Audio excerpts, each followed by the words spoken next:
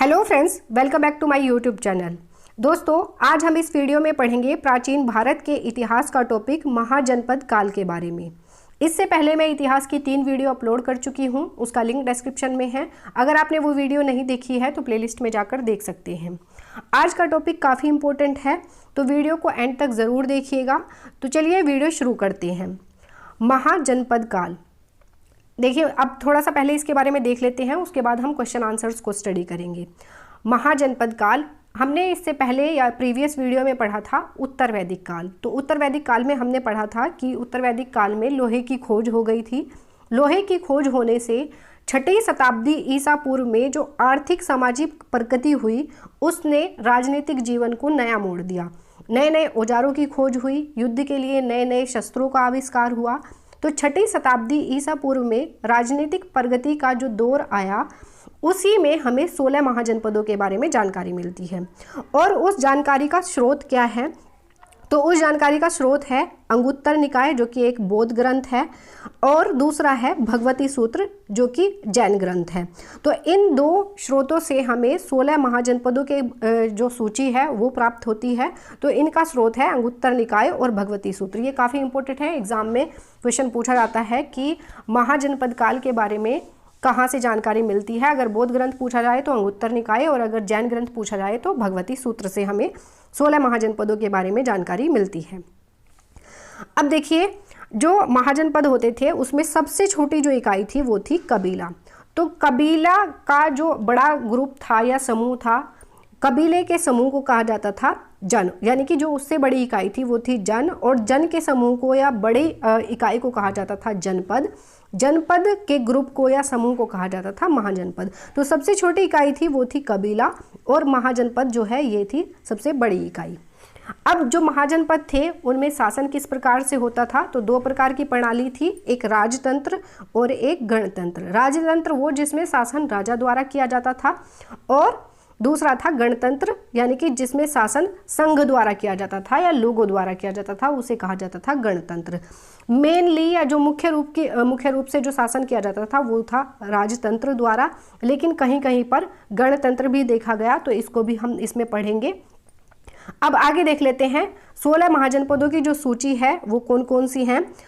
अब देखिए, हम इसको स्टेट वाइज स्टडी करेंगे। सबसे पहले हम पढ़ेंगे बिहार के जो महाजनपद थे, 3 महाजनपद, मगध, अंग और वज्जी। ये तीनों कहाँ पर थे? बिहार। अब देखिए, इसमें पहला जो कॉलम है ये है महाजनपदों का, ये है राजधानी का, यानी कि जो महाजनपद हैं उनकी राजधानी कौन कौन सी थी, और ये है जो कि उनकी वर्तमान स्थिति है। पहले महाजनपद होते थे, लेकिन वो जो महाजनपद हैं वो अब वर्तमान में उनकी स्थिति क्या है, या वो कौन से स्टेट में या राज्य में पड़ते हैं, तो इसमें हम वो देखेंगे। राइट, तो बिहार में पड़ते हैं 3, मगध, अंग और वज्जी। मगध की जो राजधानी है वो राजगृह या ग्रीवरज, और इसके अलावा एक तीसरी राजधानी भी मानी जाती है पाटलिपुत्र। तो एग्जाम में क्वेश्चन पूछ लिया जाता है कभी कभी ऑप्शन दे करके कि मगध की राजधानी इनमें से कौन सी नहीं थी या कौन सी थी, इस तरीके से। तो याद रखेंगे राजगृह, गिरिव्रज और तीसरा पाटलिपुत्र, याद रखेंगे। और इसकी जो वर्तमान स्थिति है वो कहाँ पर है? पटना में, यानी बिहार में। पटना या गया आप बोल सकते हैं।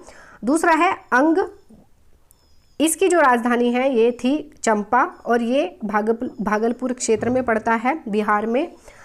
तीसरा है वज्जी, वज्जी की राजधानी थी वैशाली, और ये जो बिहार का तिरहुत क्षेत्र है उसमें पड़ता है। अब देखिए, इसमें कुछ पॉइंट्स हैं। जो मगध है ये सबसे शक्तिशाली राज्य माना जाता था या महाजनपद माना जाता था। सबसे शक्तिशाली अगर पूछा जाए तो आता है मगध। और वज्जी जो है ये 8 जो जनपद हैं उनका समूह था। जो वज्जी है 8 जनपदों का समूह था, जिसमें एक जनपद था लिच्छवी, जिसमें सबसे पहला, विश्व का सबसे पहला गणतंत्र अगर क्वेश्चन पूछा जाता है तो सबसे पहला गणतंत्र के लिए आंसर हो जाएगा लिच्छवी, याद रखेंगे। अब देख लेते हैं उत्तर प्रदेश के। उत्तर प्रदेश में कुल कितने महाजनपद थे? 8 महाजनपद थे। पहला है काशी, काशी इसकी राजधानी थी वाराणसी, और वाराणसी में ही पड़ता है अभी भी। कौशल, कौशल की राजधानी थी श्रावस्ती। तीसरा है मल्ल, मल्ल की राजधानी कुशीनगर। तीसरा है वत्स की राजधानी कौशाम्बी। पांचवा है कुरु, कुरु की राजधानी इंद्रप्रस्थ, जिसको दिल्ली कहा जाता है अभी। नेक्स्ट है पांचाल, पांचाल की राजधानी अहिछत्र। नेक्स्ट है सूरसेन, सूरसेन की राजधानी मथुरा। और लास्ट है चेदी, चेदी की राजधानी है शुक्तिमती। तो ये 8 कहाँ पर है जिनकी वर्तमान स्थिति, ये है उत्तर प्रदेश के अंदर। तो 3 हो गए हमारे बिहार के अंदर और 8 हो गए उत्तर प्रदेश। तो 11 ये कंप्लीट हो गए। अब एक एक की बारी आती है। नेक्स्ट है अवंती, जो कि मध्य प्रदेश में पड़ता है, जिसकी राजधानी उज्जैन या माहिष्मती। तो ये एक एक है, एमपी में एक है, राजस्थान में एक है, आंध्र प्रदेश में एक है, और बाकी के जो 2 हैं ये जो भारत है, पहले भारत के अंदर आते थे, किंतु अब जो वर्तमान स्थिति है वो भारत के अंदर नहीं है, यानी कि भारत के बाहर के जो 2 महाजनपद हैं वो हैं।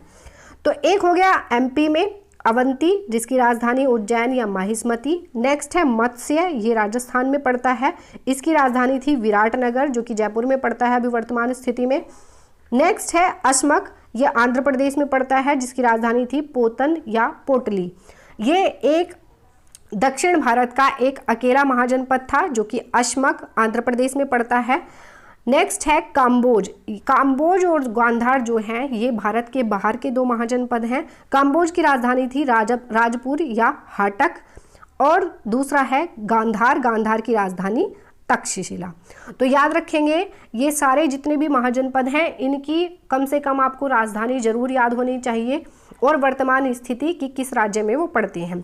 तो बिहार में हमने देखे कितने, 3, मगध, अंग, वज्जी। मगध सबसे शक्तिशाली जो महाजनपद था उसमें आता है। इसकी जो राजधानी राजगृह या ग्रीवरज। अंग जो है इसकी राजधानी चंपा। वज्जी, वज्जी की राजधानी वैशाली। तो ये तीनों हो गए बिहार में। आगे के जो 8 हैं वो आते हैं उत्तर प्रदेश में, काशी, वाराणसी, कोसल, श्रावस्ती, मल्ल, कुशीनगर, वत्स, कौशाम्बी, कुरु, इंद्रप्रस्थ, पांचाल, अहिछत्र, सूरसेन, मथुरा, चेदी, शुक्तिमती। नेक्स्ट है एमपी, एमपी में सिर्फ एक है अवंती, इसकी राजधानी उज्जैन या माहिष्मती। नेक्स्ट है राजस्थान का मत्स्य, मत्स्य की राजधानी विराटनगर। और जो हमारा दक्षिण भारत का है अस्मक, अस्मक की राजधानी पोतन या पोटली। 2 हैं जो भारत के बाहर हैं, काम्बोज और गांधार। काम्बोज की राजधानी राजपुर या हाटक और गांधार की तक्षशिला। तो ये सारे आपको अच्छे से याद होने चाहिए क्योंकि एग्जाम में इन्हीं में से क्वेश्चन पूछे जाते हैं। अब हम कुछ क्वेश्चन आंसर्स को स्टडी करेंगे, देख लेते हैं। सबसे पहला क्वेश्चन है, निम्नलिखित में से कौन एक बौद्ध ग्रंथ 16 महाजनपदों का उल्लेख करता है? अंगुत्तर निकाय, खुद्दक निकाय, मध्यम निकाय या दीर्घ निकाय। तो हमने अभी पढ़ा था अंगुत्तर निकाय और भगवती सूत्र 2 से 16 महाजनपदों के बारे में जानकारी मिलती है। और इसमें बौद्ध ग्रंथ पूछा है तो बौद्ध ग्रंथ है अंगुत्तर निकाय, और अगर पूछता जैन ग्रंथ तो जैन ग्रंथ में हो जाता भगवती सूत्र। तो आंसर हो जाएगा अंगुत्तर निकाय, याद रखेंगे। नेक्स्ट क्वेश्चन देख लेते हैं। निम्नलिखित में से कौन सा एक ईसा पूर्व 6ठी शताब्दी में प्रारंभ में भारत का सर्वाधिक शक्तिशाली नगर था? गांधार, काम्बोज, काशी या मगध। देखिए सबसे शक्तिशाली नगर हमने पढ़ा था अभी कि मगध को माना जाता था, किंतु इसमें पूछा है ईसा पूर्व 6ठी शताब्दी में प्रारंभ में भारत का सर्वाधिक शक्तिशाली नगर कौन सा था? तो वो था काशी। बाद में कौन सा बना? मगध बना। तो क्वेश्चन को ध्यान से पढ़िएगा क्या पूछा है उसमें, तो इसमें आंसर हो जाएगा काशी। नेक्स्ट क्वेश्चन देख लेते हैं। भारत के प्राचीनतम प्राप्त सिक्के किसके बने थे? तांबे के थे, सोने के थे, रंगा के थे या चांदी के थे? तो भारत के प्राचीनतम जो प्राप्त सिक्के थे वो चांदी के थे। नेक्स्ट क्वेश्चन देख लेते हैं।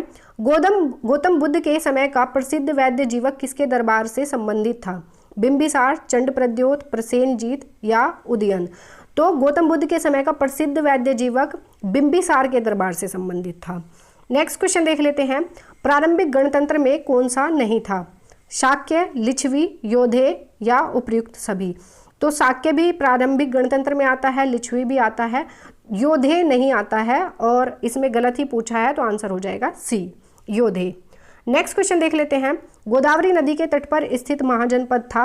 अवंती, वत्स, अस्सक या अस्मक या काम्बोज। तो गोदावरी नदी के तट पर स्थित जो महाजनपद था वो था अस्मक।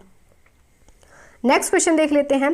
प्राचीन श्रावस्ती का नगर विन्यास किस आकृति का है? वृत्ताकार, अर्धचंद्राकार, त्रिभुजाकार या आयताकार। तो प्राचीन श्रावस्ती का नगर विन्यास था अर्धचंद्राकार। नेक्स्ट क्वेश्चन देख लेते हैं। उज्जैन का प्राचीन काल में नाम क्या था? तक्षशिला, इंद्रप्रस्थ, अवंतिका या इनमें से कोई नहीं। तो उज्जैन का जो प्राचीन नाम था ये था अवंतिका। नेक्स्ट क्वेश्चन देख लेते हैं। उदयन वासवदंता की दंत कथा संबंधित है उज्जैन से, मथुरा से, महिष्मती से या कौशाम्बी से? तो उदयन वासवदंता की दंत कथा जो है ये है उज्जैन से संबंधित। नेक्स्ट क्वेश्चन देख लेते हैं। मगध की प्रारंभिक राजधानी कौन सी थी? पाटलिपुत्र, वैशाली, राजगृह या चंपा? तो मगध की जो प्रारंभिक राजधानी थी ये थी राजगृह। नेक्स्ट क्वेश्चन देख लेते हैं। निम्नलिखित में से किस राजा ने पाटलिपुत्र नगर बसाया एवं उसे अपनी राजधानी बनाया?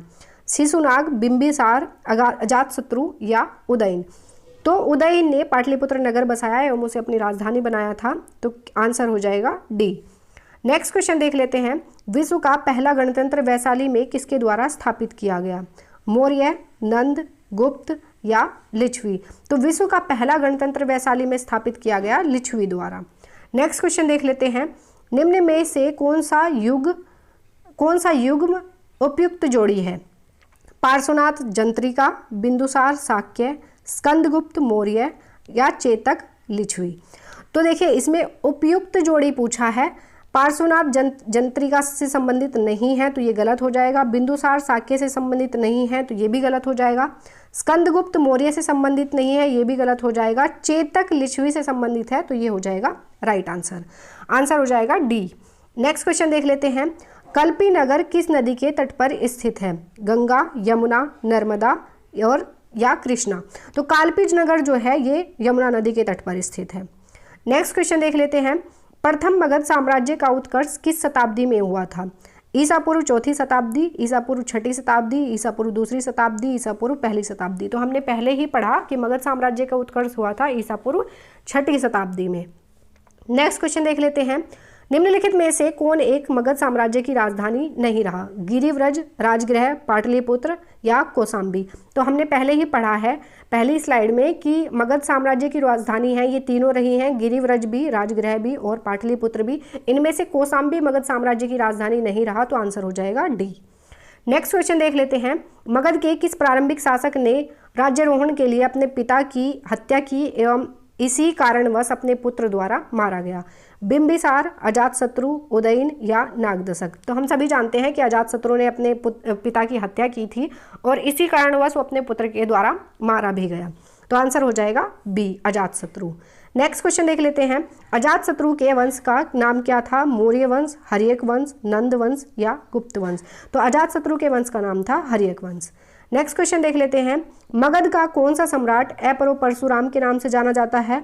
बिंदुसार, अजातशत्रु, कालाशोक या महापद्मनंद? तो अपर्व परशुराम के नाम से जाना जाता है महापद्मनंद को। नेक्स्ट क्वेश्चन देख लेते हैं। राजा नंद का उल्लेख करने वाला अभिलेखीय प्रमाण है खारवेल का हाथी गुम्फा अभिलेख, रुमेंदेई स्तंभ अभिलेख, रुद्रदामन का जूनागढ़ अभिलेख या धनदेव का अयोध्या अभिलेख? तो राजा नंद का उल्लेख करने वाला अभिलेखीय प्रमाण है खारवेल का हाथी गुम्फा अभिलेख। सो फ्रेंड्स, ये हमारा महाजनपद काल का टॉपिक कंप्लीट होता है। आई होप ये वीडियो आपको पसंद आई होगी और ये वीडियो आपको अच्छी लगी है, हेल्पफुल लगी है तो वीडियो को लाइक करें, चैनल को सब्सक्राइब करें और बेल आइकन को जरूर प्रेस करें ताकि नई वीडियो की अपडेट आपको टाइम टू टाइम मिलती रहे। मिलेंगे नेक्स्ट वीडियो में नए टॉपिक के साथ। Thank you.